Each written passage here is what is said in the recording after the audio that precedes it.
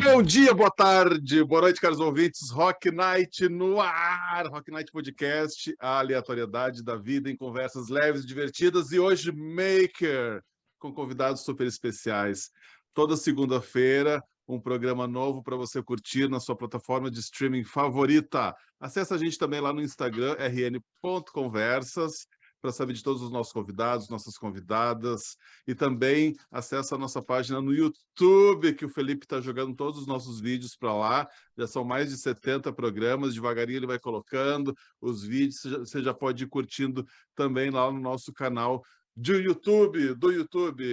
Eu sou Cristiano Borges Franco, junto com meu parceiro Felipe Guedes da Luz. A gente vai te conduzir numa viagem incrível aqui no mundo do nosso convidado de hoje. Salve, salve, Felipe Guedes da Luz, como é que tu tá?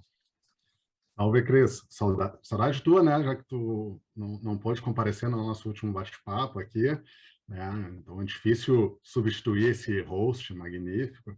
Mas felizaço aí para esse bate-papo de hoje aí com esse cara fantástico que a gente conheceu na loucura de uma fila para comer, para almoçar, e quando já sentamos junto para almoçar e já descobrimos um mundo à parte aí que a gente não conhecia e vamos estar falando um pouco hoje aí.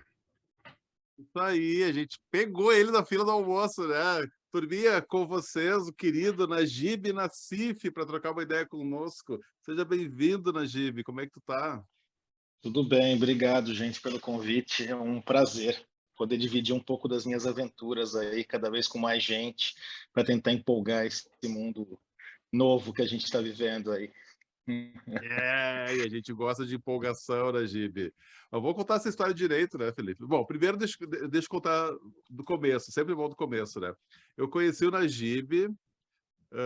Eu te conheci, tu não me conheceu, né? Mas em 2016, no primeiro Black Sheep Project, o primeiro BS Festival que teve aqui, os guris lá do BS, o João, o Wagner, nem consideram muito aquela primeira edição, só porque ela foi pequenininha, né? Pô, mas tinha essa preciosidade do Najib lá trocando ideia com a gente, e aí eu assisti ele em 2016, turminha. O Najib, que ele é co-founder do Estúdio Bolha, tá? E lá na época, velho, tu falou de convergência entre físico e digital, de como a experiência é a nova maneira de comunicar, e eu sei que a Bolha tem muito essa pegada também, né? A Bolha, turma, deixa eu falar para vocês que é uma premiada empresa de inovação que combina hardware, software, fabricação digital para criar produtos e experiências, também diria, inovadores de dispositivos de IoT, Internet das Coisas, que coletam dados em tempo real, a wearables, que realmente são importantes. Ele também tem a Fresh Farms, é uma fazenda vertical, ele vai contar um pouquinho mais sobre isso para a gente também. Ele também trabalha e atua na AMI, e na Anglis. E eu vou deixar para você contar essas experiências todas para a gente, Najib, porque são empresas super disruptivas, diferentes, que criam essas experiências, que estão transformando a forma como as marcas também se posicionam no mercado. Eu acho que isso é bem bacana. Ainda, né? Voltando à história da fila do almoço.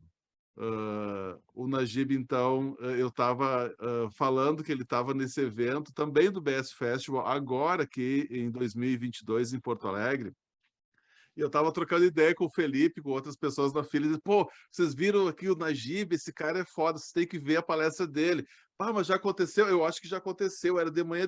Aí eu olho para trás e eu digo, gente, ele está aqui atrás de nós. Ele estava com o Instagram Aí eu dele já, aberto. eu estava mostrando para a turma o Instagram do Najib e ele atrás de nós na fila do almoço. Eu digo, vem cá, cara, vamos trocar ideia, vamos almoçar junto, vamos trocar ideia lá no podcast. Najib, conta pra gente aí o que que a bolha faz para a galera entender. Bom, vamos lá. Eu acho que antes de contar um pouquinho do que a bolha faz, eu acho que eu queria contar um pouquinho de trajetória até chegar na bolha, porque ajuda a contar um pouco do que ela faz, porque não é fácil, tá? Até é mais assim, quem é o Najib, né? É um pouco disso que, de certa forma, moldou um pouco do que a bolha é, e assim, e até hoje eu tenho dificuldade de explicar o que a bolha faz. Então, contando um pouco da história, fica um pouco mais fácil, né, de todo mundo entender o que a bolha faz. Mas, bom, eu sou Que publicitário, bom. sempre tive uma afinidade com tecnologia desde moleque, eu sou do interior de São Paulo, eu eu era uma criança um pouco rebelde para a escola, então meu pai perdeu um pouco a paciência comigo para estudar e acabou me colocando num colégio técnico, né? No final, né, fiz o segundo e o terceiro colegial no colégio técnico e era técnico em processamento de dados. Isso, cara, era por volta da final da década de 80, comecinho da 90, assim. E eu saí do colegial com aptidão em processamento de dados. Naquela época não tinha internet, né? É importante isso, porque as pessoas às vezes não sabem. Pera, já teve uma época que não existia internet? Já teve. O telefone você tinha que discar, de rodar, coisa e tal. Então, naquela época, eu aprendi coisas que são jurássicas hoje. Eu aprendi a programar em Clipper, COBOL, Pascal, Lotus 123, DBase, coisas que ninguém mais fala. Database Mas, 3 Plus. então, aquelas coisas todas. E eu tive meu primeiro computador muito cedo. E eu tive um computador quando não tinha internet. Então, eu lembro que eu costumava falar assim, o que você fazia no computador se não tinha internet? Eu aprendi a programar e ficava jogando um joguinho, que era um joguinho de um macaco, que ele tinha que jogar uma banana de dinamite, assim, tudo muito lúdico, né? E para derrubar um negócio, você tinha que calcular a velocidade, a altura e passar o parâmetro e jogar. Então eu ficava programando isso, ficava mudando isso, até que um dia começou a estourar de BBS, né? Que foi primeiro flerte da gente com conexão em rede entre os computadores, né? Eu BBS me lembro disso. era uma espécie de um hub que ligava outros computadores e tinham seus próprios computadores que tinham conteúdos lá. Então era muito bacana que você, para todo mundo entender, a gente tinha modems que eram modems muito devagar, muito lentos, né? Começava em 2.400, depois ia 56.000 da West Robotics, ou seja, era tudo muito devagar, a ponto de você não tinha thumbnails, né? Por exemplo, você ia baixar uma foto, né? E aí você não via o que tinha na foto. Você simplesmente baixava o arquivo que estava escrito lá, linda, maravilhosa.jpg, e quando Esperava ele surpresa. finalmente chegava, você podia abrir, aí que você via a surpresa, entendeu? Do que era esse arquivo. Então, eram tempos difíceis, mas eu venho dessa escola, né? E nessa mesma época que eu comecei a flertar um pouco com tecnologia, eu também gostava muito de música, né? Sempre fui muito ligado à música, à banda, etc. E eu conheci um cara que fazia engenharia elétrica e eletrônica na Inatel, em Santa Rita do Sapucaí, onde é o Rocktal, né? Eu conheci esse cara morava na minha cidade, em São José do Rio Preto, e aí eu comecei a conversar com esse cara, e esse cara falou, puta, não sei o que, música, tal, não sei o que, vamos fazer um transmissor. Esse cara estava estudando transmissão de rádio, e aí esse cara fez para mim um transmissor, me ensinou um pouco de eletrônica, tal, eu aprendi ali um pouco de eletrônica, ele fez um transmissor, e eu criei uma rádio pirata, né? Aqui no interior de São Paulo, é que eu estou aqui, agora eu vou falar aqui porque eu estou no interior de São Paulo. Eu fiz uma rádio pirata, eu tive umas duas ou Demais. três rádios piratas, mas a mais expressiva das rádios piratas foi a Rádio Bolha, chamava Rádio Bolha, né? Olha aí o E nome, era ó. uma rádio subversiva, porque a gente só tocava rock, porque no Yeah! interior de São Paulo, de onde eu venho, era uma cidade que só tocava sertanejo, porque aqui é interior de São Paulo, divisa com Minas e tal, e só sertanejo, e a gente começou a tocar rock, né? E a rádio ficou famosa, ficou bem famosa. A gente conseguiu uma matéria na Globo, né, no jornal, de Uau! forma super, hiper subversiva, conseguimos vinheta com vários artistas, né, Arnaldo Antunes, o pessoal do Raimundos na época, e todo mundo se apaixonava Nossa! pela Ô, causa da Najib, Rádio Bolha, né? Ah, o Rock Night não foi na Globo ainda, tá? Mas a gente nasceu da mesma inspiração. Depois a gente te conta aí um pouquinho mais. Segue é, aí. que bom, bom saber. Então, por isso que eu achei importante contar um pouco disso também. Mas aí a gente começou a fazer isso. Então, nessa fase, eu flertava com música, comecei a flertar um pouco com tecnologia e aprendi um pouco de eletrônica, né? Para a questão da rádio e tal, não sei o quê. Bom, aí vim para São Paulo, larguei um pouco essa vida da música, cheguei a trabalhar com música em São Paulo, trabalhei em gravadora, fui agente de banda, de algumas bandas, inclusive famosas, mas larguei essa carreira de música e fui para a internet. Então, eu comecei a trabalhar com internet em 96. né? Onde era tudo mato, mato mesmo, né? E de lá, desde lá, eu fiz minha carreira com internet, mas eu sempre fui um cara de inovação, eu sempre fui um cara inquieto, né? Eu gostava de fazer o novo, do diferente, etc. Aí a internet começou a virar commodity para mim. Ela começou a ficar standardizada, ficar a mesma coisa. Era banner, hot site, e-commerce, eu já tinha feito de tudo nessa vida, em cima da internet. Eu estava de saco cheio, eu estava meio cansado, e só para pincelar essa história, eu estava quebrado, porque eu trabalhei numa empresa que faliu Que e ano, deixei, ela me deu um calote, e que foi ano era isso, uma mais ou fase ruim. menos? E isso era 2010, 2010. Tinha acabado 2010. de nascer meu segundo filho, assim, puta perrengue, fiquei trabalhando 3 meses sem ganhar dinheiro, né? E quebrou inteiro. Aí eu estava desolado, falei, o que eu vou fazer da vida? Aí o meu sócio da bolha hoje, o Michel, um amigo, ele falou para mim, cara, vou montar uma empresa. Eu falei, cara, mas montar uma empresa para fazer o mesmo, né, para fazer internet, é o que eu sei fazer da vida, música e internet. Faz o que você quer, o que você queria fazer? Ah, puta, eu quero fazer inovação, eu quero trabalhar com outra coisa, eu quero fazer diferente e tal. E montamos a bolha, com uma certa descrença minha no começo. Falei, não é possível, eu não vou conseguir, né? São Paulo, tudo muito difícil, tudo muito grande, eu caipira do interior, né? Tinha uma bagagem boa, mas meu forte não era empreender, né? Falei, tá bom, vamos montar essa parada. Já tinha passado por um monte de coisa, vou montar essa parada. Montei e, graças a Deus, foi muito bem. A gente começou fazendo projetos de inovação, principalmente para software. Aí eu comecei a ver o movimento, principalmente do Arduino. Arduino é uma coisa, não sei se todo mundo sabe, mas Arduino é uma coisa, acho que, se não me engano, de 2003. 2003. Não é Acho que nem muito começou essa novinho, história de hardware open source, porque assim, software open source todo mundo já ouvia falar, todo mundo já Uhum. conhecia a questão do Red Hat, a questão do Linux, né? Todo mundo já sabia dessa história toda, mas hardware open source ainda era uma coisa nova. Então, as pessoas começaram a falar disso, o Arduino foi o protagonista nisso, eu comecei a explorar isso, como eu tinha aquela veia de engenharia de eletrônica, né? Por causa da rádio, eu comecei a falar, puta, eu gosto de hardware, eu gosto de ver isso, eu gosto de fazer a luzinha piscar, eu gosto de solda, eu gosto disso, daquilo, sensor e tal, rádio, né? E aí eu comecei a pesquisar essa história, comecei a flertar com isso, até que eu fui numa feira, consegui aí convencer todo mundo aqui, juntei uma graninha com os projetos que eu fazia da bolha e tal. Fui numa feira chamada Maker Faire, uma feira, a minha primeira edição da Maker Faire foi em Nova York, uma feira maker. Era uma feira, para quem não conhece, a Maker Faire tem uma revista que chama Revista Make, que é uma revista famosa, antiga, americana, que é mais uma revista de do it yourself, bem famosa, americana.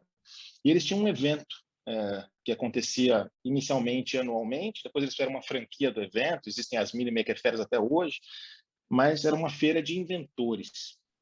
Puta, eu fui nessa feira, em Nova York. Aí fudeu. Aí eu descobri que tudo aquilo que eu gostava e que eu queria fazer tinha um mercado enorme e tinha muita gente fazendo. E aí eu fiquei apaixonado por essa história. Mas lá, né? Voltei para o Brasil. Fazendo lá, Fui né? lá, Fazendo Nova lá. York, fazendo lá. Isso era tipo 2013, alguma coisa assim. E aí eu voltei, montei a bolha em 2010, final de 2010. Então 2011, 2012 foi basicamente software. E aí a gente começou a trabalhar com hardware em 2013. Final de 2012, 2013, foi essa história da Maker Faire. E aí eu fiquei maluco com essa história e comecei a tentar vender projetos de hardware aqui. Obviamente, comecei a falar de IoT, comecei a falar de movimento maker. Todo mundo me achava meio estranho, né, na época, porque a bolha sempre teve uma grande afinidade com agência de publicidade, porque eu era meio que um braço das agências, porque existe um papel que chama Creative Technologist, que Sim. é um cara que faz um meio de campo entre a criação e a tecnologia, né? E isso geralmente estava dentro das empresas, assim. E quando as empresas, as agências grandes começaram a trazer o digital para dentro, essa figura era uma figura importante, né? Só que nem toda agência conseguia domar esse bicho, né? Conseguia conversar com esse cara, conseguia botar esse cara. A gente está tendo um problema muito similar agora, mas esse é um outro capítulo. Mas aí a bolha se posicionou como uma empresa de creative technologies para atender as agências. Então a agência tinha ideia. Eu falava para os caras, ó, pira, pensa o que você quer. Aí você conversa comigo e eu falo se dá ou não dá e como não dá, né? E a gente produz isso para vocês. Então com isso a gente Perfeito. ganhou notoriedade dentro desse mercado, e começou aí a desenvolver um monte de coisa. E aí eu falava com esses caras, eu falava, gente, olha, tem um mundo novo do hardware, a gente pode fazer isso, fazer aquilo, fazer aquele outro. Não precisa mais o anúncio que você faz ali na parede. Opa, nosso convidado meio travou aqui. Conexão do interior deu problema. Mas depois tu edita, né? Eu não, é assim mesmo. Voltou. Voltei. Cara, tranquilo. Estava bem na parte onde você falou que daí estava falando para as empresas que, tá vendo aquelas É, luzinhas? isso, estava tentando imprimir essa história de hardware para todo mundo e tal.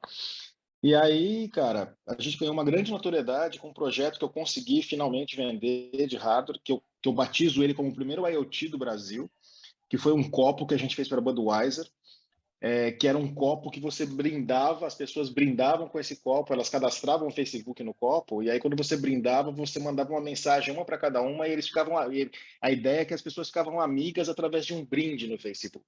Naquela época o Facebook era bem diferente do que era hoje, né? Era meio que a única plataforma social, aquela coisa toda.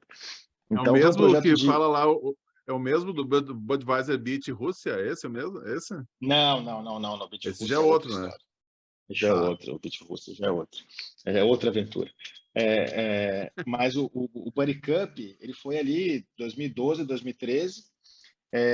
Nessa época também eu acabei desenvolvendo esse projeto em Boston com uma galera do MIT, me aproximei de uma galera do MIT, porque eu tenho alguns amigos que faziam MIT Media Lab, também me aproximando desses caras, bebi um pouco daquela fonte, também isso me atrapalhou bastante, imagina, eu aprendi o método inovação do MIT, aí vim trazer para o Brasil, tentar vender isso para a agência, foi bem difícil, uma vida bem difícil, eu fiquei 6 meses, quase eu quebrei a bolha, porque eu não conseguia vender nada, porque eu queria vender com a metodologia correta de inovação e ninguém sabia o que era isso, ninguém queria pagar por isso, ninguém, né? Mas me adaptei, tropicalizei o modelo de inovação aqui para o Brasil e consegui vencer essa história. E aí a gente começou com o Buddy Cup, né? Mas aí vieram uma série de projetos que foram dando notoriedade para a gente. Só um detalhe, o Buddy Cup foi um projeto que ganhou o mundo inteiro, ele ganhou um PR violento esse projeto, porque as pessoas criticavam, porque assim, na verdade, a agência que nos contratou para fazer isso para a Budweiser, ela fez um PR muito forte em cima do case, né? Porque tinha sempre, a agência tem sempre aquele foco de escrever em Cannes, aquela coisa toda, né? O que Cannes para a gente não é um gol, né? A bolha não Uhum, tem foco em premiação, a bolha tem muito mais foco em produto, em outros tipos de uhum. prêmio, não Cannes. Mas a gente tem muitos Cannes, a gente coleciona pelo menos uns 6 Cannes aí, porque a gente Uau. acabava ganhando por causa das agências. Então, ninguém pode desdenhar uma premiação como essa. Então, a gente acha super importante, mas mais importante do que ganhar o prêmio é ganhar o prêmio com o que a gente ganhou, com o que a gente fez, que é um projeto diferente, que é um projeto que usa hardware, que é um projeto que provoca, um projeto de produto, né? Então, eu acho que a gente vive um mundo novo, e esses produtos que a gente desenvolve, de certa forma, eles estão, de certa forma, balizando. O Buddy Cup, até hoje, ele é uma referência para muita gente. O boneco que a gente fez para Ford, anos depois, que era um boneco que detectava se o caminhoneiro estava fadigado, cansado, e vibrava e acordava o cara para o cara parar e não sofrer um acidente. Foi um projeto que também ganhou uma relevância enorme no mercado. Ou seja, teve o vestido da Schweppes que a gente fez também, que a gente media a quantidade de... A gente criou um índice de assédio para as baladas, para as mulheres. Então, a gente botou um vestido sensorizado nas mulheres, a gente conseguia saber quantas vezes as pessoas pegavam na mulher, com que intensidade, em que lugar, por quanto tempo.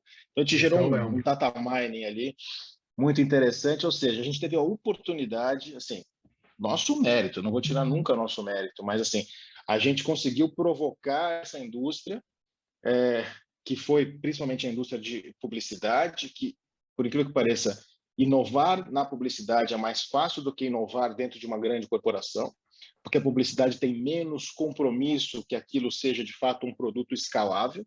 Então a gente achou esse viés e a gente conseguiu fazer muita coisa e ganhar uma notoriedade incrível. E de certa forma a gente hoje é referência, né? De vez em quando eu recebo um briefing de alguma agência, até de fora do Brasil, para fazer um projeto e tem como referência lá um projeto que eu fiz, né, antigo. Tipo assim, então assim, puta, um puto orgulho, né?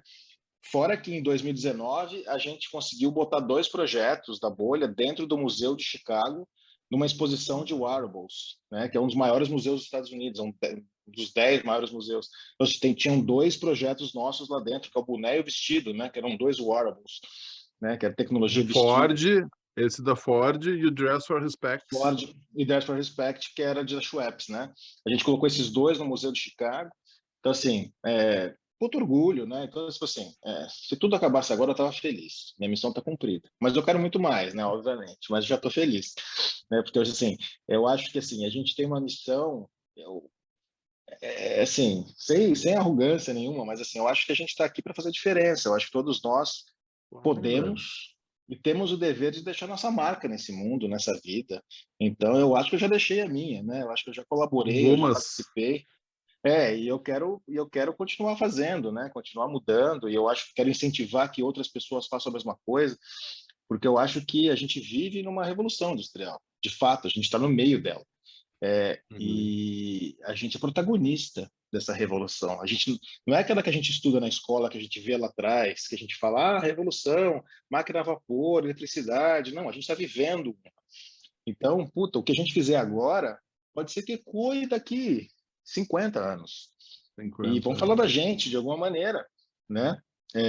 Então, eu acho que a gente tem que aproveitar nossa estadia nessa vida, né? E eu faço isso da maneira mais bacana que eu consigo fazer. Eu gosto de fazer o que eu faço, né? Então, a bolha é minha expressão. Na época, então, da fundação da bolha, era você e teu sócio. Como é que é o nome dele mesmo? Desculpa. Michel. O Michel, do Inatel. E hoje a bolha continua sendo vocês dois, vocês que criam. Que tamanho tem a bolha hoje? Quem é que faz com vocês essas loucuragens todas aí? Então, na verdade, só para uma correção, o Michel, ele não era da Inatel. A Inatel era um outro cara, um outro passado. Michel, eu que misturei tudo, desculpa. Normal. O Michel é meu sócio, que ele estudou comigo. O Michel é mais da área do audiovisual, né? O Michel é meu sócio na bolha, foi o grande incentivador para que a gente montasse a bolha, mas eu opero a bolha. O Michel, ele não fica no dia a dia da bolha, né? Ele não está muito no dia a dia. Ele teve um papel fundamental e super importante, e continua tendo, mas como estímulo para eu continuar fazendo o que eu venho fazendo. A bolha cresceu bastante. A bolha não é uma grande empresa, mas é uma empresa muito ambiciosa, com um grupo pequeno de pessoas. A gente, mesmo antes da pandemia, a gente aprendeu a trabalhar de forma híbrida. A gente já trabalhava de forma híbrida antes da pandemia, híbrida e com um modelo um pouco diferente do modelo de contratação. A gente trabalhou com um modelo que era híbrido também, que a gente tinha parte dos recursos pré-alocados e a gente realocava conforme um projeto entrava. Então, a gente tinha um modelo bacana, a gente testou um modelo bacana mesmo antes da pandemia, e funcionou. E é um grupo diverso, né? Hoje a bolha, a gente tem 7 pessoas hoje no grupo, né? Vamos lembrar aqui que a gente passou por uma pandemia, né? Teve toda uma situação, então, né? Sobrevivemos, todos aqui somos sobreviventes, felizes, rindo, tá tudo bem, né? Mas estamos ainda se reerguendo, né? Hoje a bolha está com 7 pessoas, e a gente vem trabalhando não só para o mercado brasileiro, mas principalmente hoje, por incrível que pareça, para o mercado fora do Brasil, o mercado europeu e americano. A gente atende principalmente as agências, né? E hoje a gente tem a sorte de estar, por exemplo, fazendo 2 projetos agora para Londres, porque é engraçado. E olha só que legal como as coisas funcionam. Quem nos traz para esses projetos de agências fora do Brasil são brasileiros que saíram daqui e que vão para essas agências fora e não encontram similaridade com empresas da bolha fora e acabam buscando a gente aqui. Então, é muito maluco isso, né? Mas essa minha pergunta tem a ver assim, ó. Pô, qual é o pré-requisito para trabalhar na bolha? Eu tenho que ser maker, eu tenho que curtir os gadgets, eu tenho que saber de wearables. Porque eu estou imaginando assim, por exemplo, o Dress for Respect, né? Teve toda uma pesquisa primeiro de tendências para entender, né, o contexto, para depois buscar materiais, pesquisa de novos materiais, tecidos. Conta para a gente como é que é esse processo assim até chegar, né, naquele vestido cheio de tecnologia, todo cheio de sensores, dando essas informações aí para as pessoas. Eu costumo dizer que a gente geralmente trabalha com insights. As agências, elas têm insights de projetos, porque elas não têm, hoje um pouco mais, mas elas não têm foco em pesquisar material, em saber o que dá, o que não dá. Elas estão lá para criar, né? Ela tem os criativos, eles criam, né? Muitas vezes inspirado em alguma coisa, tal, mas assim, chega para a gente um insight.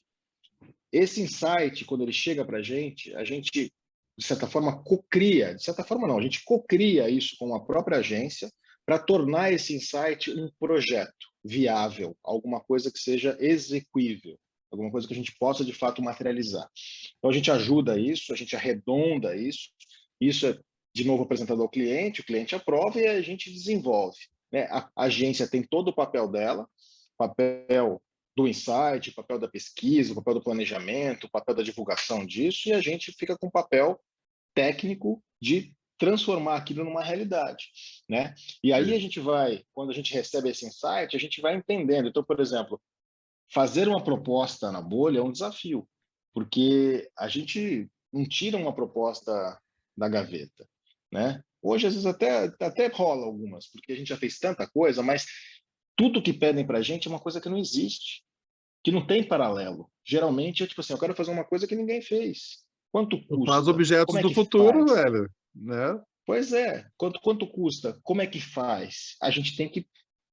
Cada proposta para a gente é uma aventura, porque a gente tem que debruçar no mundo que a gente não conhece, deduzir uma série de coisas, usar um pouco do conhecimento que a gente já tem para voltar para dizer, ó, dá, não dá, quanto custa, quanto tempo leva. Então, assim, é difícil, é difícil. E a gente recebe muito pedido. Não estou aqui reclamando, tá? É muito bom. É que eu queria que esses pedidos se convertessem muito mais, né? É o que eu falo, né? Às vezes as agências falam para mim, mas o que você quer? Eu falo assim, eu quero projeto, eu não quero proposta, né? Eu quero que você me dê projeto, né? Pedir proposta, puta. E aí, imagina, gente, a gente, assim, de verdade, já teve um tempo que a gente recebia mais de uma proposta por dia, a gente era demandado mais de uma vez por dia para uma proposta. Hoje a gente está voltando aí, a gente está tendo quase todo dia, a gente tem pedido de proposta. Quase todo dia tem Já tô louco alguma para fazer, agência chamando a gente. eu já tô louco para fazer umas propostas para ti já também. De Então cocriar me aí, traz projeto, me traz é, projeto. vamos cocriar aí. Vamos, a hora que você Tá, quiser. Acho que tá, mas esse é você o não nosso me papel. respondeu ainda. Mas você não me respondeu. Toda a galera tem essa pegada maker de construir, de desmontar, de organizar, de conectar, de imaginar objetos assim que naturalmente não teria uma conexão entre si. Ou tu tem Não, pessoas diferentes, não, muito diferentes. não. Eu tenho pessoas muito diferentes. Elas têm uma coisa em comum. Elas são incomodadas. Elas são pesquisadoras. Fundamental. Legal. Elas têm vontade de buscar alternativa, de buscar solução, todas elas. Eu tenho gente de gestão de projetos que não entende caralho de tecnologia, que não entende de hardware, mas eu dou pepina para ela descascar e ela aprende um pouco, né? Tem uma menina que está recente comigo, que eu botei ela numa fogueira que ela nem esperava, né? Ela falava para mim assim, Najib, está tudo dando certo, eu estou achando incrível que as coisas estão dando certo. Eu falei assim, hora de dar errado não chegou ainda, calma. Você vai ter essa. E até hoje ela fala assim, putz, eu não tinha entendido o que você tinha me falado, porque ela caiu numa... Porque ela teve que resolver, porque a gente tem que resolver as coisas, né? E a gente é muito criativo nesse ponto, a gente é criativo para resolver os problemas. Como a gente contorna os problemas? Porque quando a gente faz protótipo, a gente tem muito problema. E a gente precisa testar muita coisa. Então, as pessoas que trabalham com a gente são diversas, mas elas têm em comum essa questão de ser uma pessoa incomodada, ser uma pessoa, de certa forma, subversiva com os padrões. Então, esse é um, eu diria que é um comum entre todo mundo que trabalha com a bolha. Eu acho bem interessante quando tu traz muito essa questão da subversão, né? Mas principalmente me chamou a atenção o lance quando você dá esse pesquisador, porque a gente pergunta, cara, tem que ter uma bagagem também de referência ou de mapear essas referências, né? Para viajar um pouco, de fazer o novo, fazer o diferente, para trazer a criatividade. Sim, sim. A gente precisa, e assim, e eu incentivo, né? Porque as pessoas, imagina, contratar gente na bolha é uma dificuldade, porque ninguém está pronto. Não tem gente pronta. Você vou contratar um cara pronto. Não, não tem. Não tem. Porque tudo que a gente faz não está pronto. A gente, na verdade, trabalha com imprevisto, a gente trabalha com o imprevisto, a gente trabalha com o não pronto, a gente trabalha com a inovação, com o diferente, né? Nem além da inovação, o diferente, de fato. Então, é difícil, mas a gente consegue, e assim, é engraçado, porque a bolha é um ecossistema, né? Porque a gente tem nossa equipe própria, mas a gente tem uma série de parceiros, né? Imagina, porque eu tenho projetos que demandam serralheiro, marceneiro, eu não Sim, consigo sim. ter dentro do meu time, né? Então eu tenho parceiros e eu fomentei isso ao longo de 12 anos, né? Então, assim, se eu preciso de um marceneiro, eu sei o cara que eu falo. Eu tenho uma história boa de marceneiro aqui que eu acho que é interessante. O meu marceneiro, meu cara que cuida das coisas de marcenaria, é um cara que eu conheci há muito tempo atrás. Ele era arte finalista de agência. Ele trabalhava em agência de publicidade e ele pegava o design dos designers porcões, dos diretores de artes porcões que deixavam aqueles monte de layer no Photoshop, e ele normalizava as coisas para mandar isso para a gráfica. Né? Ele era o cara que limpava a sujeira dos outros. Né? Ele trabalhava com Mac, era um cara que fazia isso. E trabalhou na publicidade muito tempo, publicitário e tal. E aí ele assim, não aguentava mais publicidade, porque não é fácil aguentar muito, e foi virar marceneiro, que era a paixão dele. Foi fazer marcenaria. Montou uma oficina de marcenaria, tal, não sei o quê. E aí eu chamei esse cara para fazer um projeto comigo, que precisava de marcenaria. Um projeto para Hershey's, que a gente tinha que fazer uns moldes de chocolate, que tinha que fazer em madeira o molde antes, tinha que usinar numa CNC. Esse cara nem sabia o que era uma CNC. Eu que apresentei a CNC para ele, ensinei ele a mexer. Eu também não sabia, aprendi no YouTube. Aprendi a mexer, comprei uma CNC e ensinei ele a mexer, né? E aí a gente fez o projeto, foi uma loucura o projeto, foram 200 e tantos moldes em 2 meses de trabalho. Esse cara vivia o dia inteiro marrom, porque de tanta poeira. O meu laboratório virou uma marcenaria durante 2 meses, foi uma loucura. Esse projeto ganhou Cannes. Aí eu falei para ele assim, você tem que me agradecer, cara, porque eu consegui transformar, eu consegui te dar o que você sempre quis com a tua profissão de publicitário, ganhar um Cannes, eu te dei quando você virou marceneiro. Então você tem que me agradecer, porque assim, você é o primeiro marceneiro que ganhou Cannes que eu conheço. Que demais, Então, velho. tem uma história boa. Então é isso, é um pouco disso, né? E essas pessoas são as pessoas que a gente atrai, né? Que é uma pessoa incomodada, uma pessoa que quer fazer o novo. Isso serve até para o estendido, para os parceiros, né? Sim, A sim. gente não consegue trabalhar com gente tradicional. A gente não consegue, não bate o santo, né? Sim. Então é um desafio. Ô, Najib, vamos se exibir um pouquinho com teus projetos aqui, para a galera ficar louca de vontade de entrar no teu site, saber mais deles, né? Então, a gente falou bem rapidinho sobre cada um. Tu falou do Tá? Dress for Respect, né? Então, que esse vestido que quando as pessoas tocavam nele, ele já ia... Enfim, fala um pouquinho dele, do Budweiser Beach Rússia, do Adidas, do SPM. Olha só, gente, só cliente pequenininho, né? Enfim, traz aí os teus preferidos aí, só para dar um gostinho na galera saber exatamente o que vocês fazem. Tá, A bom, eu vou partir fazer desses uma ordem exemplos. cronológica. Tá, eu vou fazer uma cronológica do mais antigo para o mais novo, né? Mais antigo, Buddy Cup, que eu comentei mais ou menos, um copo sensorizado, que quando as pessoas brindavam, postavam no Facebook. Então a gente fez um radar, colocou nesse copo, as pessoas tinham uma festa, as pessoas usavam esse copo, brindou, ia para o Facebook, as pessoas ficavam amigas no Facebook através de um brinde. Esse foi o primeiro projeto. Demais, velho. Aí, depois desse projeto expressivo, a gente fez um projeto para a Toyota, que a gente começou a estudar sensores, interfaces diferentes. Né? O que a gente pode usar de interface diferente? E aí a gente descobriu que existiam interfaces neurais, né? Que existiam sensores neurais que conseguiam de baixo custo, que você conseguia encontrar no mercado, que conseguiam ler atividade cerebral e você transformava aquilo em atuador para interface. E aí a gente criou um projeto para a Toyota, onde a gente pegou um Autorama. Não sei se você lembra do Autorama, carrinho, slot car, carrinho de pista. A gente pegou a gente construiu uma maquete, detalhe, a gente construiu uma maquete de Autorama, né, para a Eu não Toyota. acredito, com o poder da mente, isso. A gente vai lá, segue aí.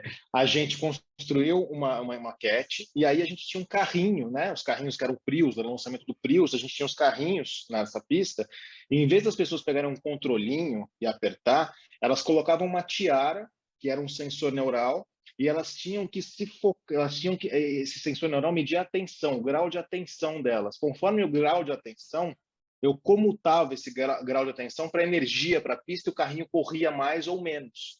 Então, você acelerava o carrinho com o seu pensamento, com a sua força do pensamento, com a sua força da concentração.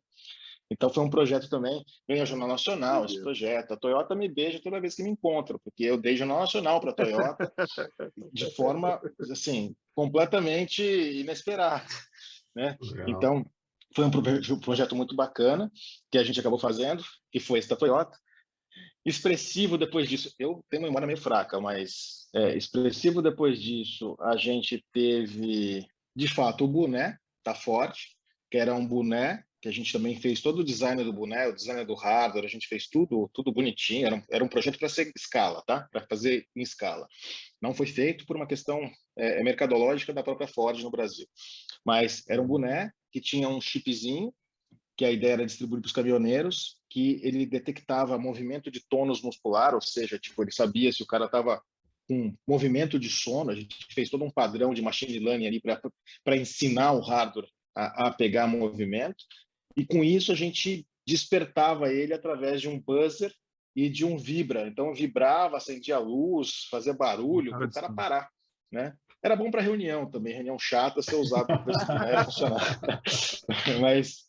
Mas a gente fez e esse projeto foi hiper premiado, né? Porque importante. Cara. Isso é um wearables, porque é algo vestível. O wearables é tecnologia vestível, né? O boné você veste, então tem tecnologia ali, é um wearable. E é um wearable com propósito, né? Porque ele tem um propósito de evitar acidente, etc. Então ele foi premiadíssimo no mundo inteiro, ganhou Cannes também esse projeto. Assim, também foi falado no mundo inteiro, uma grande expressividade, e a gente ia produzir isso. Isso foi 2018, se eu não me engano. A gente ia produzir isso em escala, mas aí foi o ano que a Ford estava com um problema no Brasil, estava saindo, a fábrica de caminhões estava fechando aqui no Brasil, então acabou não acontecendo, mas o presidente mundial da Ford usou o boné numa convenção, tem vídeo disso, então, e engraçado. Em 2019, eu fui para Chicago, tentar montar a bolha em Chicago. E eu falava dos projetos da bolha. Quando eu falei do boné, o cara falou assim: pô, mas vocês que fizeram isso, eu conheço esse projeto. Porque o projeto ganhou tanta força que era benchmark, um monte de coisa. Então, a gente não sabe. Às vezes tem, aqui, no Brasil, a gente tem um pouco de espírito de vira-lata, né? Mas não, a gente faz coisa muito bacana, gente, muito bacana. A gente é muito safo aqui, né? Então funciona. E depois disso, né? Depois do boné veio o vestido logo na sequência, que é esse vestido que a gente sensorizou. A gente pegou um vestido, sensorizou o vestido inteiro, colocou um hardwarezinho para ser, de certa forma, a controladora desses sensores todos, e a gente entendia esse sinal via Wi-Fi, então era um IoT, né? Era um vestido sensorizado com um IoT, era como se fosse um IoT, e a gente conseguia mensurar quantas pessoas pegavam nas meninas, por quanto tempo, em que lugar, com que intensidade. Isso virou, de certa forma, um padrão de assédio, porque até então, quanto de assédio tem, né? O que tem de assédio? Então, virou um padrão. Engraçado, porque quando a gente fez esse projeto, ingênuo que eu sou, eu achei que ninguém ia pegar na menina. Eu falei assim, não, como assim, cara? A mulher vai vestir o vestido? Ninguém faz isso, ficar agarrando a menina, ninguém faz isso, né? Sou um lorde, obviamente, mas né? Aí eu liguei para o meu produtor, para o cara que estava em campo fazendo isso, a ação acontecer, eu liguei para ele, era tipo 11h30 da noite. Falei, e aí? Ninguém pegou na menina? Ele falou assim, não, ninguém pegou na menina, cara. As meninas estão desfilando e ninguém está pegando nelas. 11h30. Bom, aí tipo deu 1h da manhã, eu liguei de novo, né? Como é que tá? Cara, todo mundo ficou bebaço e tá todo mundo agarrando essa menina, tá lá e para cá. Que doideira. Eita, então é maluco, né? É maluco, Sim. mas um projeto super importante também, hiper premiado, foi para o Museu de Chicago. Então, assim, eu acho que esses projetos são, de certa forma, símbolos de coisas que a bolha faz, né? E a Não bolha teve... faz coisas um pouco... fala.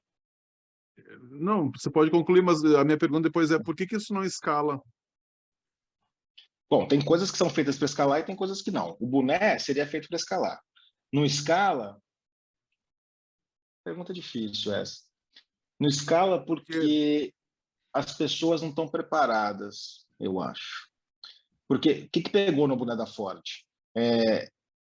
Compras, que sempre é a área da empresa que vai avaliar isso, foi avaliar o custo desse boné. Esse boné estava basicamente, a gente estava chegando na unidade em $30, mais ou menos, né? A gente chegou na unidade desse boné.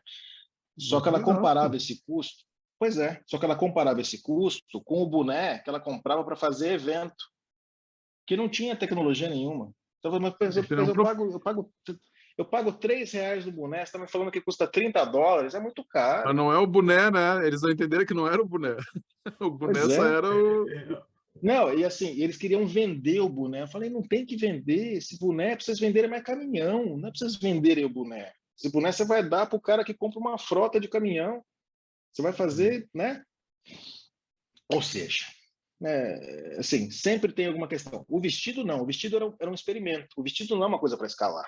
O vestido era um experimento, né? Ele não tinha perspectiva de escala. O Buddy Cup, que era o copo que brindava, a ideia era escalar. Ele não escalou por motivos bizarros, diríamos. Rapidinho, para a gente também, não quero ficar... Vamos falar aqui horas. Mas o Buddy Cup tem uma história interessante, que eu ouvi também, né? Não participei, mas de orelhada, que quando a agência colocou esse projeto para Cannes, né? Escreveu em Cannes, o Brasil, a pessoa do Brasil que cuida de Budweiser autorizou isso, né? Tudo bem. Só que a pessoa que autorizou no Brasil parece que não pediu autorização para Budweiser fora do Brasil, porque achava que o projeto não ia ser tão expressivo, né? Só que o projeto deu um PR no mundo inteiro. E aí um belo dia eu estava lá na bolha, a CBS americana ligou lá para querer falar comigo. Aí eu falei com os caras, falei, olha, mas não é comigo que vocês têm que falar, vocês têm que falar com a Budweiser, né? Não posso eu falar pela Budweiser. Só que a matriz da Budweiser não sabia do projeto. E aí foi surpreendida. E aí dizem as más línguas que o cara daqui perdeu a cabeça. Né? E o projeto virou um projeto maldito dentro da Ambev. Então ele não foi escalado, dizem que por causa disso. Né? Por causa do cara. Do que essa história. Lá em 2016, quando você veio aqui no BS Festival, você falou assim, ó, acho que o nome da palestra era essa: você está preparado para viver na Smart Era?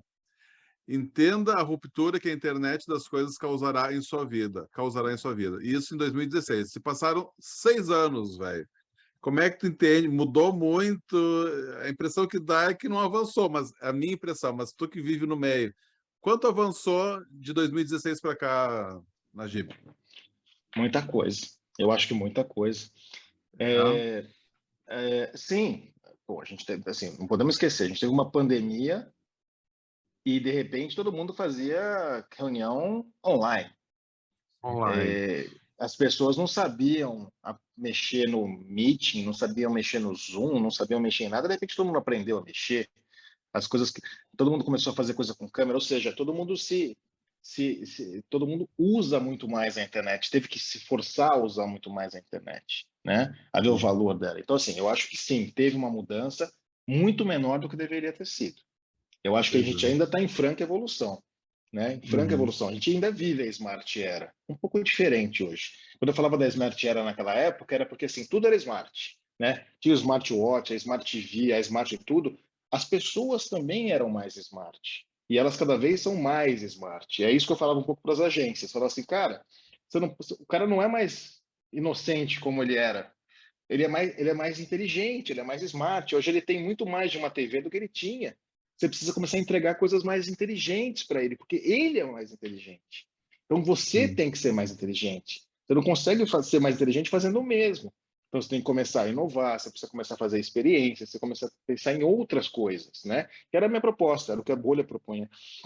Então, eu acho que a gente continua ainda vivendo essa Smart Era, as pessoas não vão parar de se aperfeiçoar na inteligência, porque elas estão consumindo isso cada vez mais. Pô, era difícil, era impossível fazer uma reunião remota antes da pandemia. Ninguém queria fazer uma reunião remota. Eu queria fazer uma reunião com alguma empresa do Sul, eu tinha que ir para Porto Alegre.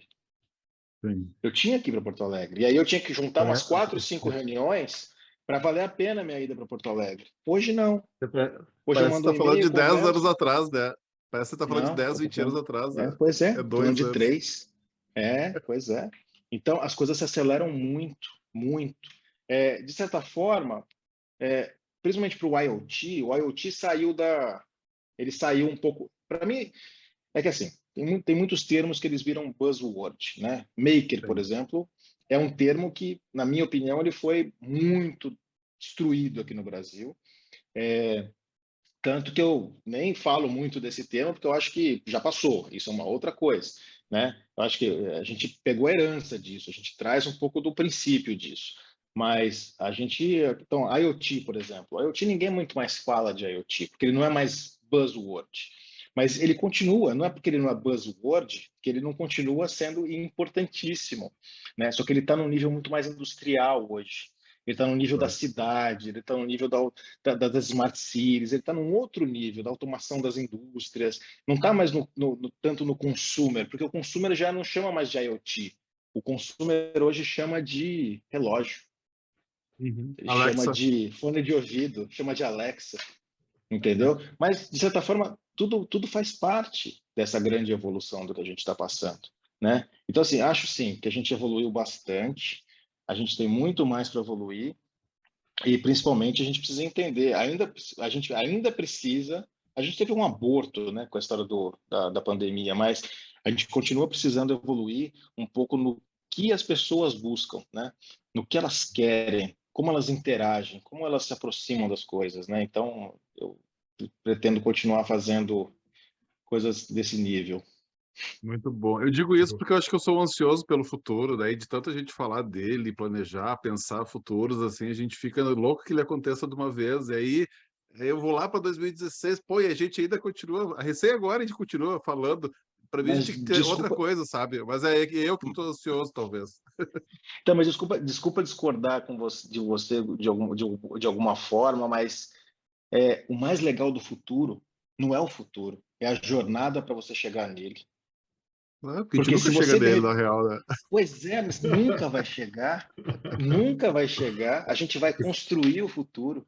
Não vai, de repente, fazer assim, ó, futuro. Não, não vai acontecer. Não vai acontecer. É que sempre vai ter um futuro que a gente almeja sempre o mais, ou um diferente. Tipo, chegou um futuro para nós Mas agora e isso a é gente está sempre inquietude. pensando... a Mas gente isso sempre... é inquietude. Isso é vontade. Isso que nos move, que nos motiva, né? Eu costumo falar, eu gosto de falar isso, assim, o grande tesão da minha vida é a jornada. Não é o começo nem o fim. É a jornada. É o mais legal. É na jornada que você conhece as pessoas, que você conhece as coisas. Claro. É aí que tá. A hora que chega no final, você fala assim, puta, mas é isso? Você fala assim, porra, achei que era mais, né? Porque às vezes Pode o ser. fim ele não é, né? Tipo assim, quero chegar no futuro. Futuro que futuro? Aquele que ninguém mais fala com ninguém, todo mundo tá de óculos, brincando de metaverso? É esse o futuro que a gente quer? Mas Né? Então, que bom que você tocou nisso aí. Pô, hoje eu vi um artigo, acho que está até aberto aqui, até vou recomendar aqui, ó. O futuro que não está nos relatórios de tendência. Está publicado na Nima Bem-Estar, do UOL. E aí eu só vou ler a manchete para vocês aqui, que me representa muito esse texto aqui dela, tá? É da Thaís Fabris. Enquanto homens engravatados planejam um amanhã dentro de um universo virtual, a consultora Thaís Fabrício propõe uma mudança de olhar que preze pelas crianças, mães, indígenas em prol de um bem-estar coletivo. Apesar de eu gostar muito de tecnologia, falar de tecnologia, viver tecnologia, pensar em metaverso, em IoT, todas essas tecnologias bacanas, mas eu acredito muito que o futuro tem que ter um resgate forte do passado também, de lições de casa que a gente não fez até hoje e que a gente tem que fazer elas para chegar nesse futuro tão cheio de graça e com essas tecnologias todas, né? Eu acredito que o futuro é muito mais cheio de passado do que a gente imagina. Esse é o futuro que eu Então, quero e que eu imagino. Ele é total cheio de passado, porque a gente perde isso. A bolha é isso, né? Eu costumo dizer assim, porque eu sou da década de 80, onde tudo era muito físico, tudo era muito analógico, né? Eu cresci vendo o digital, né? Eu sou da primeira fase, eu vi tudo aquilo. Eu vi as pessoas saindo da festinha e indo para o Facebook, indo para o Orkut, né? E deixando de interagir pessoalmente para se interagir pela internet, né? Eu vivi isso, eu vi isso acontecer, né? E quando eu falo que a bolha mistura físico com digital, quando eu falo do físico, físico para mim é o resgate, físico para mim é o passado. Porque todo mundo foi para aquele mundo virtual que não é tão legal. Ele é legal, ele tem coisas legais, mas nem tudo é suficiente para ser tudo, né? Então você, puta, me achei aqui. No digital eu tenho tudo. Não, você vai ter o melhor do digital, mas você ainda vai ter coisas que você vai querer de outro lugar. Porque a grama do vizinho é sempre mais verdinha, né? Você vai querer outra coisa, nada vai te completar plenamente. E eu acho que a gente vive isso. Eu acho que o futuro é cheio de passado, é cheio mesmo, né? Eu acho que a gente ainda vai ter a gente já vem vivendo essa reviravolta, né? com certeza. Essa história, isso vai acontecer com o trabalho agora. Eu não quero entrar muito nessa seara, mas isso vai acontecer com o trabalho, essa história de trabalho remoto, trabalho híbrido. As pessoas vão questionar isso, né? Vão E sentir bem isso. falta de ir para o trabalho. Ontem eu tive o privilégio de participar de uma mesa de debate que era de uma empresa de alimentos. E aí, uma das palestras, e era um evento de tecnologia e tudo mais, mas a professora Célia Patriarca, lá do Rio de Janeiro, trouxe essa palestra dentro desse fórum de tecnologia. Alimentação quilombola, suas técnicas e tecnologias. E aí ela falou, cara, de futuro, falando de fogão ecológico, do quintal, da roça, da cultura do coletivo, do comunitário, da lógica das pessoas terem direito ao alimento, enfim, foi tão lindo. E aí eu tendo, né, cada vez mais acreditar nisso que tu falou agora, que o futuro é muito passado, cara. O futuro é ancestral, o futuro é esse resgate todo de coisas boas Sim, que sim. aconteceram, que a gente tem que manter vivo de alguma forma. Vai ter tecnologia? Vai ter para agregar, para dar mais valor ainda, né? A gente não pode esquecer desse passado. Ô, Najib, sei que tu tá louco para comentar sobre isso também, mas eu quero ainda que tu fale e, de repente, até fazer conexões com isso das tuas outras empresas, onde tu é sócio, tu é parceiro, Sim, né, como a sim. Fresh Farms, que a gente prometeu que ia falar no comecinho, da Anglis, da AMI. Conta pra Onde é que gente ela, aí, num tweet, se for possível, né, o que são essas empresas, o que elas fazem. onde é que elas entram aí nessa timeline, né? Também. É, sim. Bom, na bolha eu fiz muita coisa, vi muita coisa, e como eu disse para vocês, eu sou um cara inquieto e as coisas vão ficando pequenas para mim, né? Elas vão ficando pequenas, elas vão encolhendo e eu vou buscando sempre agregar mais. E a gente vai ficando velho, eu acho que a gente vai ganhando idade, experiência e convívio com as pessoas, a gente vai querendo ajudar mais, a gente vai querendo participar mais, a gente vai querendo enobrecer a nossa contribuição para o mundo, né? E eu já tive N crises, né? O mundo não é tão lindo quanto a gente está pintando aqui, né? A bolha não é tão linda assim, a gente já sofreu muito, né? E numa dessas sofridas eu falei, pô, mas o que eu estou fazendo para as pessoas de fato, né? O que eu estou fazendo?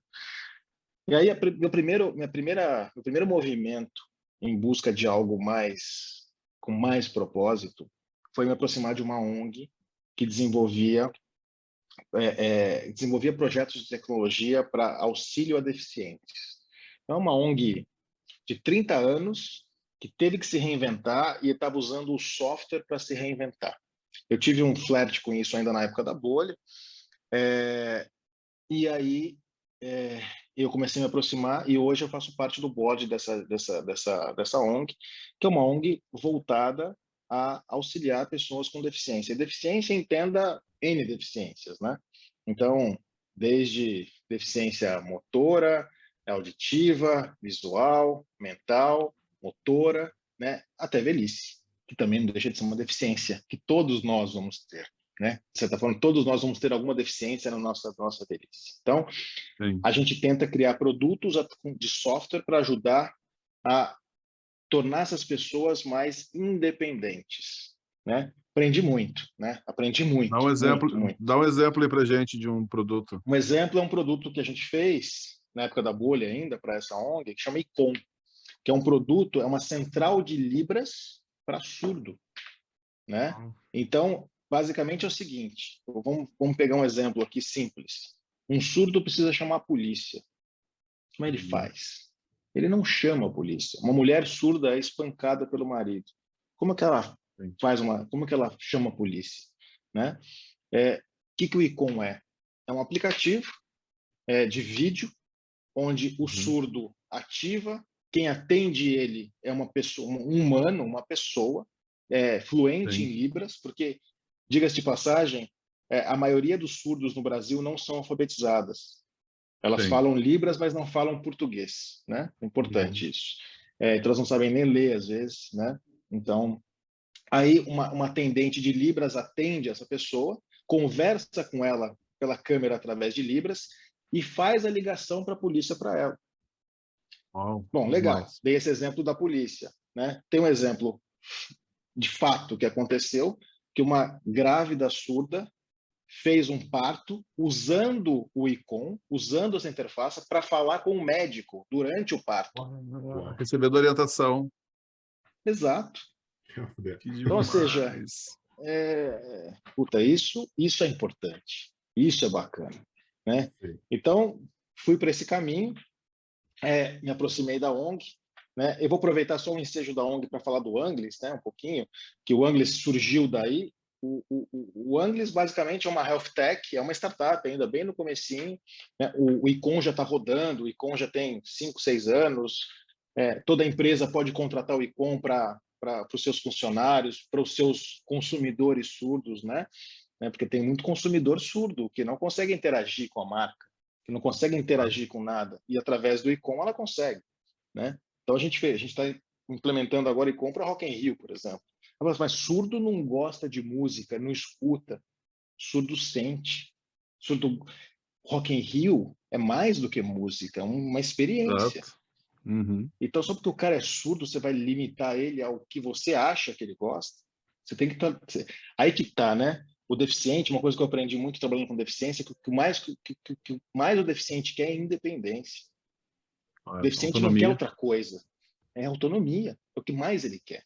Então, deixa ele escolher. Você não vai limitar ele para o Rock in Rio, porque o cara sente a música muito mais do que a gente. O cara lê com os olhos expressão que a gente não consegue ler. Ou seja, o universo todo. Então, Anglis basicamente é uma startup que, através de um sensor, ela consegue detectar, através de um sensor, um sensor óptico, ela consegue, dentro de um ambiente de casa, por exemplo, ela consegue detectar padrões e alarmar. Então, eu vou te dar um exemplo. Então, eu tenho um parente, um pai que está com idade, mas que quer morar sozinho porque ele quer ter a sua independência. Ele não quer mais. Mas puta, a família fica preocupada com esse cara. Tal. E aí você fala assim, vou instalar uma câmera. Não quero que você me vigie. Mas o que a gente se propõe? A instalar um sensor nessa casa, que eu consigo, através desse sensor, de uma forma não invasiva, porque não é uma câmera, você não consigo ver o que o cara está fazendo, mas eu vetorizo o corpo daquele cara, eu consigo saber se aquele cara está caído, se aquele cara caiu, se ele está agachado, se não está, se ele foi no banheiro, se ele não saiu, ou seja, eu consigo monitorar uma pessoa sem invadir a vida dela e alarmar automaticamente para a família. Então, o Anglis é uma startup de monitoramento de pessoas que precisam de cuidado, né, de forma não invasiva. Então, é um produto de hardware e software, né, tem as duas coisas. Eu faço parte dessa startup, né, e ela saiu um pouco desse viés da AMI, de cuidar das pessoas com alguma deficiência.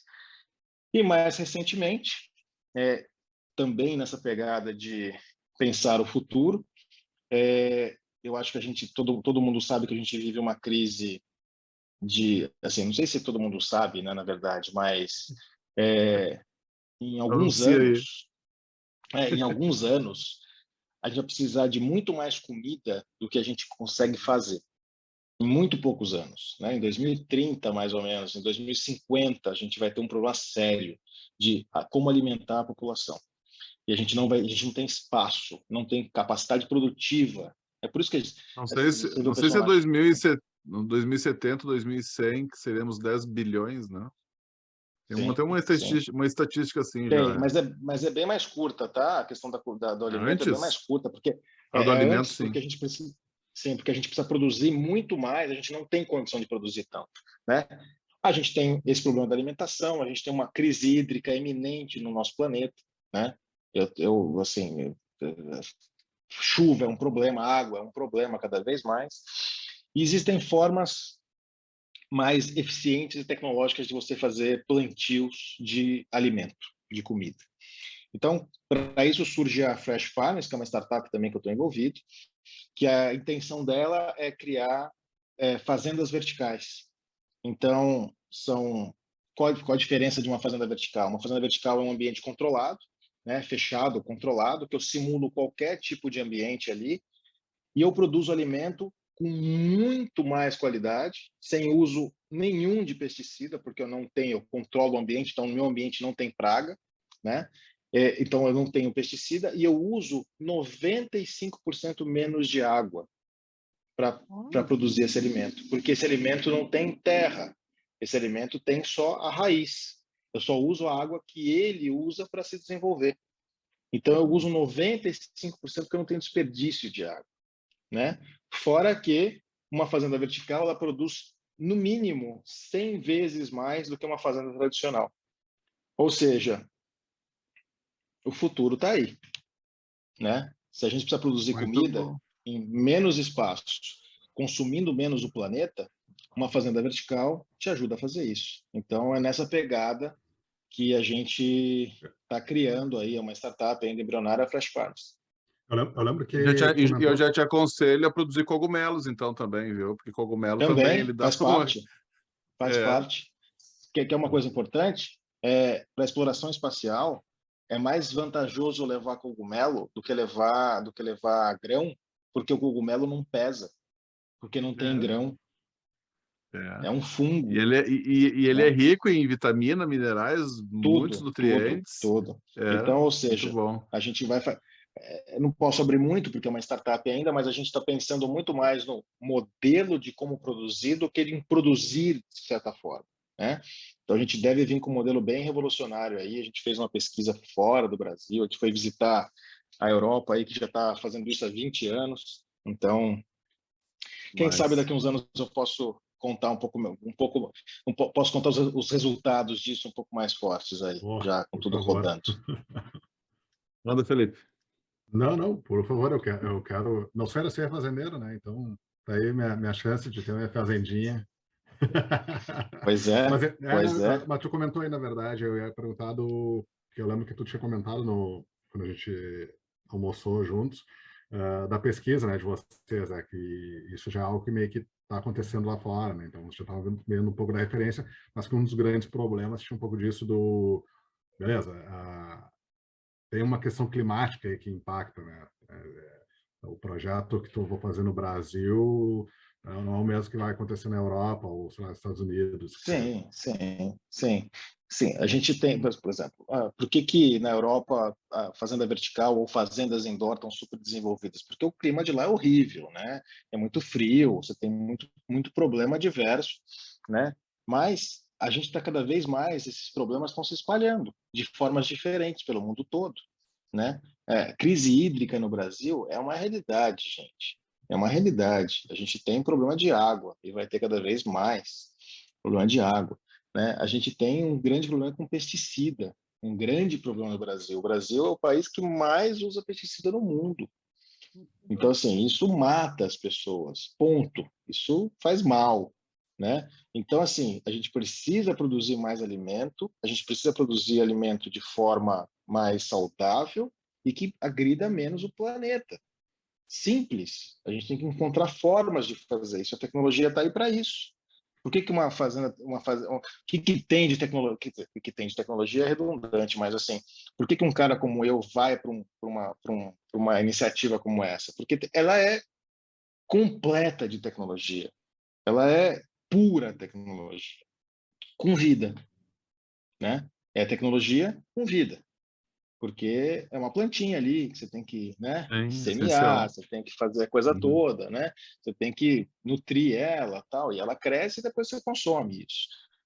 Então, assim, é uma fase muito especial da minha vida, que eu estou conseguindo, de certa forma, usar todo esse acúmulo de curiosidade, de informação, de aprendizado ao longo desses 12 anos e aplicar em coisas que vão, de certa forma, fazer um impacto muito maior e muito mais expressivo daquilo que eu me disponho a gastar o meu tempo. Então, eu estou Perfeito. diversificando um pouco. Vida longa aí e de sucesso, exitosa essa jornada aí para Fresh Farms e todos os teus empreendimentos aí, Najib. Tem um propósito lindo por Obrigado, trás. E só trazendo um obrigado. dado aqui para a gente não ficar muito errado aqui, né? Eu encontrei aqui um estudo, um artigo da ONU dizendo que a gente vai chegar em 10 bilhões em 2050. Então, tá logo ali. 2050.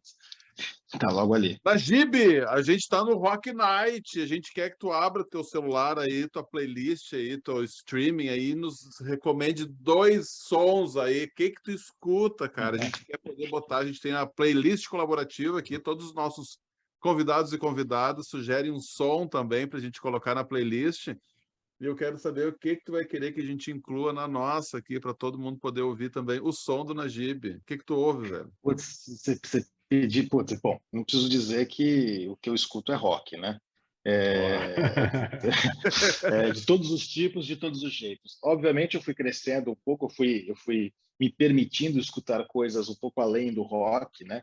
Mas coisas que, de certa forma, agradam meus ouvidos, né? Como jazz, como blues e etc., né? E fui crescendo um pouco em cima disso. Já passei por todas as fases da minha vida, mas a minha grande banda predileta, né? É Beastie Boys. Eu sempre escutei Beastie Boys a minha vida inteira. Minha vida é toda pautada por Beastie Boys. Tive a honra de conhecer pessoalmente o Beastie Boys aqui no Brasil. Ah, Gravei uma vinheta com o Mike D para a Rádio Bolha. Então isso é uma coisa importante. Tenho essa vinheta, né? Quando eles vieram para São Paulo, encontrei eles, conversei com eles. Então, meus grandes heróis. Hoje eu tenho outros heróis, né? Mas Beastie Boys é uma coisa ainda para mim importante, né? E o álbum Will Communication para mim é um dos melhores, porque de certa forma é o álbum que eu mais me aproximei do Beastie Boys, que eu vi show, etc. Então, eu acho que uma música boa para a gente recomendar é Root Down, que é uma música do Beastie Boys, do Will Communication, que é uma música que tem muita mistura e é muito bacana. E essa é uma. Agora, se perguntar para um cara apaixonado por música qual a música que prefere, é uma sacanagem, Sim. porque eu não consigo. Eu não consigo, não, né? manda mais um som. Não, não é que prefere. Dentro das milhões que tu ama, prefere, recomenda 2, Tá só bom? isso. Eu vou recomendar, então eu recomendei uma já, que é Root Down, do Beastie Boys, e vou ir para um outro extremo. Vou falar Putz, cara. Vou falar do quê? Uma banda. Roundabout. Roundabout, yes. Ah, Vamos para um outro extremo. sim. Ah, Vamos para um outro extremo, que é o solo de baixo mais bizarro que eu conheço. Então é um outro som que eu gostaria, que eu gosto de ouvir, né? Mas Demais. muita coisa. Turminha, não Esse, falamos de metaverso, não falamos de outros futuros aí, de outras visões de futuro do Najib. Sempre acaba com esse gostinho de quero mais. Najib, muito obrigado aí pelo teu tempo, por estar com a gente aqui trocando ideia. Tenho certeza que a galera vai curtir demais te ouvir e vai querer também conhecer mais seu trabalho. Então sigam o Najib lá no Instagram, no LinkedIn. Procurem pela página dele, pelo site da Bolha, para conhecer todos esses cases que eles nos trouxe aqui hoje. E muitos outros, né? Tem um, cara, um é mais incrível que o outro se a gente ficar babando aqui. e muitos prêmios ainda para vocês. É o que eu desejo, que a gente deseja, né, Felipe? Para ti, cara. Prazerzaço. Obrigado mesmo por estar aqui com a gente. Obrigado vocês pela oportunidade. E se vocês quiserem, eu acho que a gente vai se encontrar em breve. E em breve tem o Hacktown, que é um evento que acontece aqui no sul de Minas. A gente está se envolvendo fortemente nisso. A gente está criando uma unidade subversiva dentro do festival, de certa forma. E lá a gente vai poder ouvir muita música e vai poder trocar ideias sobre coisas muito bacanas. Espero ver vocês lá e Com todo mundo que se certeza. interessar por isso. Eu acho que é um ambiente que, de certa forma, ele faz parte da nossa história. Não podemos esquecer que o Inatel, que faz parte da história da bolha, fica em Santa Rita do Sapucaí. Exatamente. Então, temos um vínculo interessante com Santa Rita. Vamos nos encontrar assim no Hacktown. Rock Night Podcast vai gravar de lá, inclusive. A gente vai fazer programas lá de Santa Rita do Sapucaí. 14 a 18 de setembro, turminha, preste 15. atenção aqui no nosso podcast, nos próximos programas. 15 a Que a gente 18. vai... 15 a 18 de 15 a setembro. 18, 15 a 18. É que a gente vai estar dia 14 já, então para mim já começa dia Exato. 14. A gente vai sortear ingressos aqui para o Hacktown, então quem tiver interesse, fica ligado aqui no podcast Rock Night, que a gente vai ter também ingressos aí nos próximos programas para sortear para a galera. Eu não tenho nem esses ingressos na mão, eu já estou ofertando, né, Felipe? Azar, o Marcos Davi que lute depois lá. Minha Rock Night também lá no Instagram, rn.conversas. Sigam a gente, apesar de você saber que a gente está mega perdido também, mas vai que a gente se encontra em algum lugar. YouTube também, nosso canal está lá com vários vídeos, e esse programa também vai para lá para o YouTube, para quem prefere, né, ver e ouvir mais do que só ouvir. Então, ouça a gente em todas as plataformas de streaming. Até o próximo programa. Fiquem com Deus, seja ele quem for. Beijão para vocês. Heitor, valeu. Vamos invadir essa bolha.